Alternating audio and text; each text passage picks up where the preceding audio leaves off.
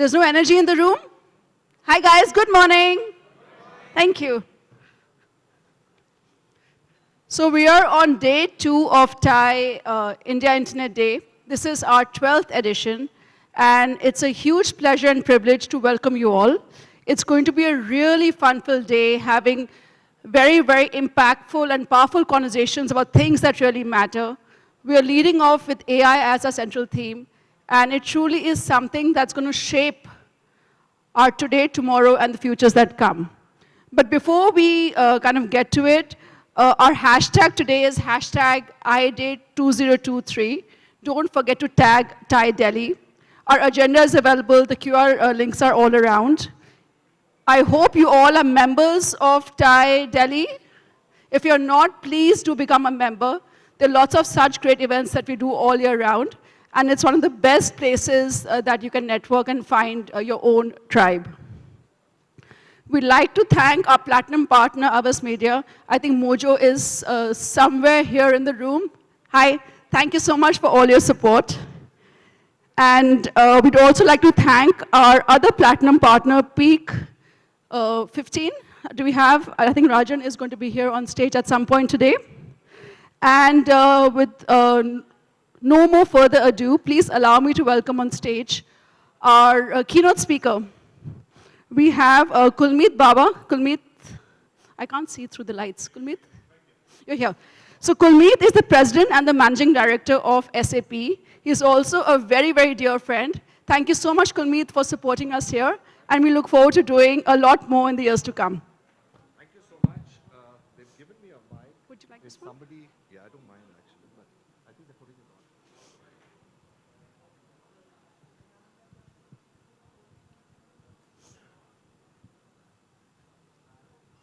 Those lights are killer. They are like killer, man.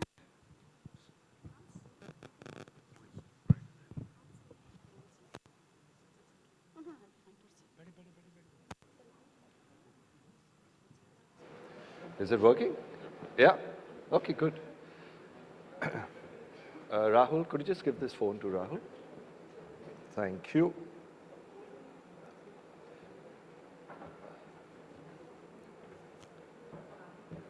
Okay.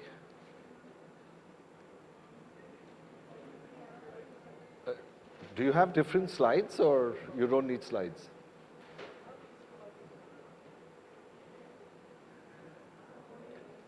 That's good enough. This is SAP, yeah?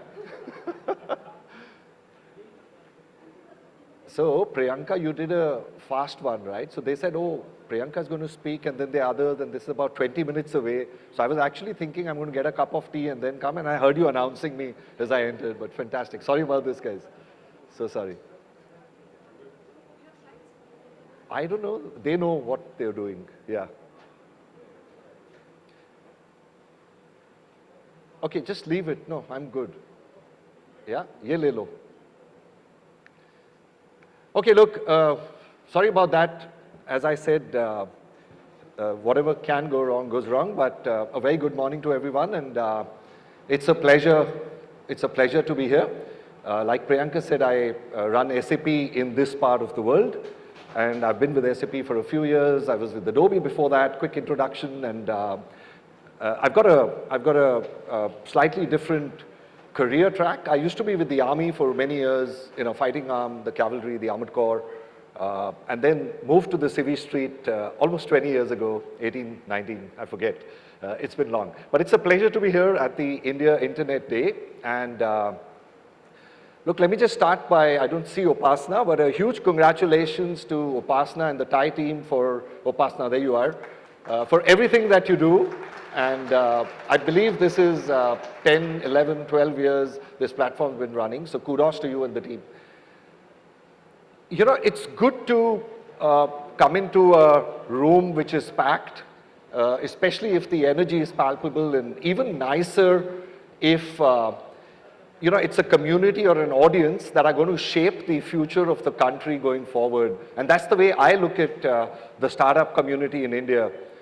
And I was just thinking as I was walking here, even SAP, like any good tech startup, was started by 5 individuals who had this passion, this vision of changing forever the way companies would function or the way businesses run. And today, 50 years later, fast forward, 500,000 plus customers, I think what we do very well and we continue to do in SAP is celebrate that spirit of entrepreneurship. And given that it's a very eventful week, I don't know, but I was super excited watching in a car in Mumbai on my handheld, watching the Chandrayaan, the landing. It was amazing. It almost looked as if it was a simulation. But I think the way we did it made me feel very proud to be an Indian. And when I said eventful week, we also have the B20 summit being kicked off in parallel as we speak, and I've actually carried a formal suit with me. I'm guessing they may want me to wear that there. But so definitely eventful with some of the world's best who's who in terms of the business leaders in country, in town. I love it. So India's definitely shining. Look, I'll share, I don't know if I need half an hour, but let me share. Oh, you've got slides for me, wow. So, I never need slides, frankly, but okay. Okay, yeah, so let me start here. So look, I believe in this, we are living in, and as you can tell, I've been around for enough number of years, right, compared to a lot of the audience in this room. And I can tell you this very safely, that we are living in very exciting time, probably the most exciting time that I've seen. So it's a great time to be alive in this world today. Just given all the stuff happening around us, imagine the possibilities, and like I explained on watching that on a handheld, coming out of a meeting in a car, watching something land. So the possibilities are at our fingertips, and they get more exciting every day, whether I look at space, whether I look at, like I said, for me these days it's reverse aging and longevity or brain-computer interfaces or driverless cars or EVs or renewable energy. Any which way you look at it, there's so much. AI.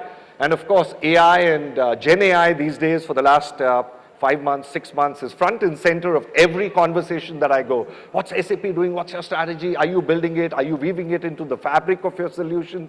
So absolutely, and Upasana, like I said, I was telling her outside, I think about 4 or 5 years ago, one of my daughters had actually come down to Thai, the Thai young, the young Thai entrepreneurial program.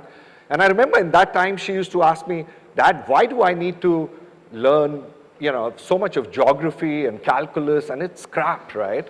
And as a good dad, my response to her was, that's the way it is. While it's crap, it's rote learning, etc. But that's the way you grow up, and that's the way you work. And last weekend, fast forward, my conversation with the same daughter, come back from a freshman year, from college 3 years to go. And the conversation was on how she needs to sharpen all her faculties and skills very quickly around ChatGPT, OpenAI, what's happening on large language. How do you weave use cases around everything that's already there? So the same dad, fast forward, and that's what AI is doing for us. And I just want to make this point that through my lens, when I look at it, artificial intelligence is one of the it's an inflection point that's going to be more material, more impactful, more transformative than even the advent of internet was. Now what we do with it is up to us, each one of you in this room more than me, but up to all of us. How do we raise it, groom it, teach it, nurture it? What are the ethical practices we teach it? And that's what's going to actually define how our future lives are going to unfold. So that's my take on AI for you. Having said that, I don't think we have a choice. I don't think businesses, startups, whichever level you are, have a choice. It needs to be front and center of our strategy way before the end of the decade. So if you don't have AI right where it belongs, you don't reinvent yourself around that, I think you'll be passé or would cease to exist as a business by the time we end the decade. So exciting world, like I said. This is fast forward, okay. The good part, and I'm extremely patriotic all the time, not because I'm just saying it, it's just built into me, into my DNA. I think what what's super lucky for all of us sitting in this room and outside, I saw a lot of audience, is the fact that we are at the epicenter of everything that's happening, right? We are in India, and India is going to continue to be at the epicenter of all the excitement that I mentioned that's happening around the world. Very often, and back to the space analogy, I look at us as a rocket ship that's, India is a rocket ship moving, cruising, steering, whatever you want, to its rightful place in the world order, right? And we are fast moving there. So imagine this, the world's oldest civilization, with the heart and the energy and the minds of the youth that we have in the country. What a fantastic, phenomenal combination for us, right? And to be fair, I think there's a lot that we've achieved in the last few decades, at least post-independence. And the good part about this, and I talk about this very often, is that our success and everything that we've achieved as a country has not been limited to a particular industry or geographical location or strata of society. It's woven into the very fabric of our of the socio-economic fabric of the country or of our society. What I mean by that as examples is, imagine today 97% of India has power. Who could have imagined that? It's super phenomenal, right? I get excited when I think of it. Look at what we're doing on UPI with the entire fintech revolution. 9,000 crore digital transactions on UPI worth $3 trillion is what we've transacted. Show me one, look at the Aadhaar, look at what we're trying to do with ONDC in terms of democratizing commerce in itself, or digital commerce, right? I think it's very exciting, and look at the India we are in today, the number of airports, more than 100 airports, trying to double it very quickly. It's so easy to get anywhere today, which was not the case a few years back. So we've definitely grown. If I was to come into internet users and online, I'm guessing you're going to face a lot of that through the day today. But yes, I remember several years back, I was at Reliance Jio. I used to be in Adobe then, I used to be heading Adobe, and they spoke about, we are trying to get to 100 million and we envisage 150 million, and I actually thought they're smoking grass, right? How are you going to get so quickly to where you are? And today we are 750, 760 million internet users. Super, super phenomenal. So everything that we've seen in terms of growth in India is tailwinds, and we keep upping the bar as far as we are concerned. The great part about it is, and where the passion is, that we are going to continue to grow. So we have a lot of competitive advantage that is working for us and will continue working for us in the decades to come. The least of it, of course, is the youth population or the massive tech talent, the world's largest tech talent hub, or then again, the fact that, and that's more for the B20, but the fact that we are becoming the manufacturing hub for the world. So we've got a huge optimism where India is concerned, and show me one country, show me one continent together that can try and emulate what we are doing. How do you sort out the youth population, the demographic dividend we have over 2 decades? You can't. So that's advantage India for you. And at the hub center, and like I said, one of the most crucial, critical engines, at least through so while we become an economic powerhouse as a country, I think the role that the startup ecosystem is going to play, third largest today, is going to be front and center for this growth. So it's exciting times, and when I look at this growth, there are 2 prongs to it.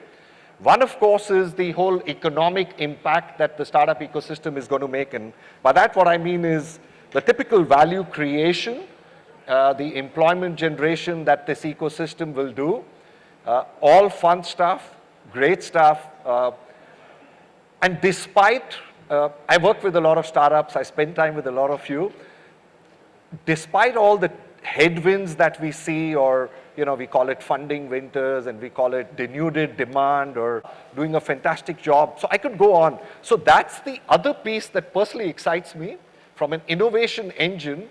So when I say we are front and center, epicenter, it's also the innovation engine. So you're hugely material, SaaS jobs, absolutely. I don't think we've even started talking enough about it in my head. I think just the SaaS ecosystem is our opportunity to get made in India scripted on every software across the globe on the world map. And this is an engine that could actually become bigger than the ITS revolution that we saw. So the impact of the SaaS proliferation outside could be bigger. So look, exciting times. To summarize, very exciting times that we are seeing all around us. India's front and center startup ecosystem is critical. So all good. Now, I'm not an entrepreneur in the true sense. I haven't founded a startup. But yes, like I said, I've had not a very conventional career journey, if I could call it that. Like I said, 12, 13 years in the army, and then across some of the most admired tech companies. So I have a view. I have a worldview. I have some learnings. They're not the gospel, but they're just my thoughts. So what I thought is, over the next 3-4 minutes, let me quickly share certain things. So 2 prongs to this. One is around leadership, people, which is the mainstay or the bedrock or the foundation of everything that I do. And I think some of this may be very material through the lens that you look at the world in, being startups, being unicorns, unicorns, whatever. And the second is tech, just my assessment very quickly on what I'm seeing going around. So look, from a people leadership perspective, I've always believed that the fundamentals of leadership or management or people remain the same, irrespective of whether you're in a particular industry, whether you're in a different era, geography, locale, army, civil street, US, Singapore, it doesn't matter. The fundamentals remain the same. And I can give you examples. So good leadership, if you look at companies like Make My Trip and Deep Kaldra, and not to call out names, but good leadership can see you through a lot of tumultuous times. And couple of thoughts there that I've always put front and center. Number one, and I hear this a lot, right? You can imagine I'm doing SAP forums, 10,000, 15,000 people. It's not about, there are no good or bad teams. Sometimes we mess it up saying, oh, let me hire better people. You only have good or bad leaders, right? And get that again. So there are no bad teams. The people are the same. And I continue to sharpen that, explain that to my leadership teams all across. People are the same. It's what you do. It's the energy you bring in, the inspiration, the momentum, the shared vision, the ability to get organizations, your startups, to row in the same direction without doing cliched stuff. The authenticity that you bring in is what actually makes and breaks teams, right? So that's the first point. It's front and center with each one of us. And to be a leader, just to clarify, you don't need pips on your shoulders. I don't need to be the managing director, president of SAP to talk about leadership. It's exactly where you're sitting. That's point one. Point two, something that I've always believed in personally. So whether you're an organization or whether you're an individual, it's super important for you to reinvent again and again and again, especially in times like today, given the pace of change that we are seeing all around us. So how do you get back to the drawing board again and again and again, whether it's an organization, and we've seen large setups fail because of the inability to be flexible or agile, or so that's the second piece.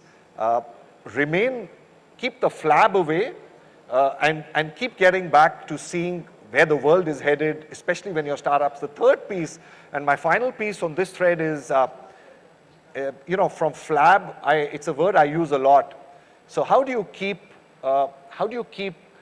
your resources optimized at any given time? And probably more relevant for startups, how do you optimize your resources relentlessly at any given stage? We used to say in the army, the more you sweat in peace, the less you bleed in war. So it's almost like that, right? So when times are good, it doesn't mean you go and fructify and, we are having a great time, let's hire another, whatever, X. And I don't want to get into details, but you get my point. So it's very, very important to be obsessive when it comes to how much of, resources that you're building around. My second piece, like I said, and I'll keep this one simple, from all the meetings we have from the largest of enterprises, and just to let you know today, SAP has more than 60% of India's GDP running through SAP. Yeah, so you know, from the milk you consume to whatever, the train, the car, the airline you take these days, fancy. I was at the Air India new brand launch. I could go on, right? It's the mobile phone that we are so hooked onto. Chances are that you're being touched by SAP. So we're good at that. But what I see all across every day, especially with the startup pieces, the startup ecosystem, like all of you, is, you know, you will reach a stage where there is this balancing act that you're performing between financial control and visibility, especially when you scale rapidly. And where I see very often companies, startups going wrong is that we've not envisioned what the future looks like when we build a digital infrastructure. So my point is that it's not about later when we get there, we will then say, oh my God, I'm so siloed, I have 27 solutions, I don't know what I'm using, I'm so customized that it could kill me. So keep that worldview front and center, build a very robust architecture for yourself. We work, like I said, with a lot of startups, a couple of hundreds. We work with about 45, 40, 49, 50 unicorns, and not just for the core, not just SAP, ERP, and everything that you've heard of us, but I think the entire gamut of ancillary solutions from supply chain transformation to procurement, customer experience, people experience, you know, the business network, sustainability is front and center. We are investing, you know, while we're investing a lot in Gen AI, there's a lot that we are doing for sustainability to save the planet. So keep yourself honest, have a longer term vision when you invest, especially in your digital infrastructure. I'll end with something that so there was something that was gifted to me by my dad, a couple of books actually. This was one of them. It was a Richard Bach book called Illusions, Adventures of a Reluctant Messiah. A favorite quote that I've lived by. It says, what the caterpillar calls the end of the world, the master calls a butterfly. So two interpretations quickly. Number one, it's all about perspective, how you look at things, whatever stage of life, career, startup you are in. The second piece, of course, it's a tough ride. Metamorphosis especially, and who knows it better than the young founders and entrepreneurs in this room. So it's not an easy battle, but the light at the end of the tunnel is super exciting. So you get to be a butterfly at the end of the tunnel. So look, thank you. Enjoy the day. Thank you for having me here.